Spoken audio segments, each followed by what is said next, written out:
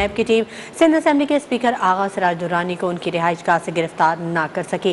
NAB team گھر کے باہر 15 گھنٹوں سے زائد وقت گزار کر واپس چلی گئی۔ گزشتہ روز سندھ اسمبلی سے آغا سراج درانی سمیت 9 ملزمان کی درخواست ضمانت مسترد ہونے کے بعد نیب نے آغا سراج درانی کی گرفتاری کے لیے 2 خصوصی ٹیمیں تشکیل دی تھیں۔ نیب کی ایک ٹیم گزشتہ روز شام 4 بجے کراچی کے علاقے ڈیفنس میں سراج درانی کی رہائش گاہ پر ان کی گرفتاری کے لیے پہنچی تھی، جہاں گھر کے باہر تعینات گارڈز نے نیب کی ٹیم کو اندر جانے سے روک دیا۔ گارڈز کا کہنا تھا کہ آغا سراج درانی گھر میں موجود نہیں ہے، گھر پر صرف خواتین ہیں۔ آغا سراج درانی حامیوں نے ان کے گھر کے باہر نیب ٹیم کی آمد کے خلاف احتجاج بھی کیا، جو نیب ٹیم کے جانے کے بعد بھی جاری ہے۔ ادھر وزیر اعلیٰ بلوچستان جام کمال خان نے اپنے استعفے کی خبروں کو من گھڑت اور بے بنیاد قرار دے دیا ہے۔ جام کمال خان نے اپنے ایک ٹویٹ میں پیغام میں کہا کہ ان کے استعفیٰ دینے کی افواہیں پھیلانے میں بعض افراد ملوث ہیں۔ وزیر اعلیٰ بلوچستان جام کمال خان نے بطور صدر بلوچستان عوامی پارٹی الیکشن کو بھی خط لکھا ہے، جس میں انہوں نے اپنی پارٹی کے قائم مقام صدر کی تعیناتی کی تردید کی ہے۔ جام کمال خان نے خط میں کہا کہ انہوں نے پارٹی کے آئین اور قانون کی روح سے تحریری استعفیٰ نہیں دیا، وہ تاحال پارٹی صدر کے فرائض بغیر کسی تعطل کے سر انجام دے رہے ہیں۔ خط میں ان کا کہنا تھا کہ پارٹی جنرل سیکرٹری کے خط کی بلوچستان عوامی پارٹی کے آئین اور قانون کی روح سے کوئی حیثیت نہیں۔ پارٹی جنرل سیکرٹری کو یہ اختیار نہیں کہ پارٹی صدر کی موجودگی میں وہ قائم مقام صدر منتخب کرے یا اس کی سفارش کرے۔ بلوچستان میں حکمراں جماعت کے ناراض اراکین وزیر اعلیٰ جام کمال کے خلاف ڈٹ گئے۔ ناراض اراکین نے وزیر دفاع پرویز خٹک پر واضح کر دیا کہ وزیر اعلیٰ جام کمال اکثریت کا اعتماد کھو چکے ہیں، انہیں مستعفی ہونا پڑے گا۔ شاکر سولنگی کی رپورٹ۔ وزیر اعلیٰ بلوچستان کے ستارہ گردش سے نہ نکل سکا۔ بلوچستان کی حکمران جماعت کے ناراض ارکان اسلام آباد پہنچ گئے۔ بلوچستان عوامی پارٹی کے ناراض ارکان وفاقی دارالحکومت میں سر جوڑ کر بیٹھ گئے۔ ناراض ارکان نے وزیر دفاع پرویز خٹک سے ملاقات کی اور بلوچستان حکومت سے شامل پی ٹی آئی قیادت کو پیغام دے دیا کہ جام کمال اکثریت کھو چکے ہیں، انہیں جانا ہوگا۔ ذرائع کے مطابق بلوچستان عوامی پارٹی کے ناراض ارکان کی بیٹھک میں بلوچستان عوامی پارٹی کے قائم مقام صدر اور مستعفی وزیر خزانہ Zahoor Buledi, speaker Balochistan assembly Abdul Quddus Bizenjo, B A P کے secretary general Manzoor Kakar, B A P کے چیف آرگنائزر جان جمالی، سردار عبدالرحمان کھیتران، اکبر آسکانی، شہدہ بابر اور دیگر نے شرکت کی۔ بیٹھک میں وزیر اعلیٰ جام کمال کے خلاف جمع کرائی گئی تحریک عدم اعتماد کی کامیابی پر مشاورت کی گئی۔ شاکر سولنگی، نیوز 1 اسلام آباد۔ وزیر خزانہ شوکت طرین نے واشنگٹن میں امریکی ادارہ برائے امن سے گفتگو میں کہا کہ وزیر اعظم عمران خان نے بھارت کو کئی بار تعلقات بنانے کی پیشکش کی، افغانستان میں تمام افغانوں کی مشترکہ حکومت کے حق میں ہیں۔ عمران خان نے اقتدار میں آ کر پاکستان کی ڈوبتی ہوئی معیشت کو بچایا۔ شوکت طرین نے امریکہ بزنس کونسل کے راؤنڈ ٹیبل اجلاس میں شرکت کی، ورلڈ بینک کے نائب صدر سے بھی ملاقات کی۔ شوکت طرین دورہ امریکہ پہ واشنگٹن میں موجود ہیں۔ امریکی ادارہ برائے امن سے گفتگو کی۔ شوکت طرین نے کہا کہ پاک امریکہ تعلقات بہت پرانے ہیں۔ وزیر اعظم عمران خان نے بھارت کو کئی بار پیشکش کی کہ دونوں ممالک کے تعلقات بہتر بنانے کے لیے اقدامات اٹھائے جائیں۔ افغانستان میں طالبان حکومت بنا چکے ہیں، وہاں مالی اور انسانی بحران ہے جو اگر شدید ہوا تو افغان مہاجرین دیگر ممالک جانے پہ مجبور ہوں گے۔ ہم افغانستان میں مشترکہ حکومت کے حق میں ہیں۔ پاکستان کی معیشت پہلے ہی افغان جنگ سے شدید متاثر ہے۔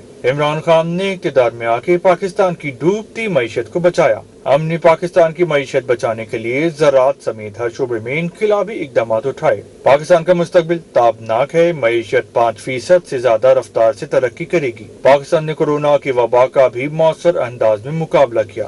وزیر خزانہ شوکت طرین نے امریکہ بزنس کونسل کی دعوت پہ راؤنڈ ٹیبل میٹنگ میں شرکت کی۔ میٹنگ میں گورنر اسٹیٹ بینک رضا باقر، سیکریٹری فائنانس یوسف خان، امریکہ میں پاکستانی سفیر اسد مجید خان بھی تھے۔ وزیر خزانہ پاکستانی سفارت خانے میں عالمی بینک کے جنوبی ایشیائی ریجن کے نائب صدر ہارٹ ویگ شوفر سے ملے۔ ملاقات میں توانائی، اقتصادی امور کے وزراء، گورنر اسٹیٹ بینک، سیکریٹری خزانہ اور پاکستانی سفیر بھی موجود تھے۔ شوکت طرین نے پاکستان میں گورننس اور خدمات کی فراہمی بہتر بنانے میں عالمی بینک کے کردار کو سراہا۔ عالمی بینک نے اعتراف کیا انفراسٹرکچر اصلاحات کے نفاذ میں پیش رفت ہوئی ہے۔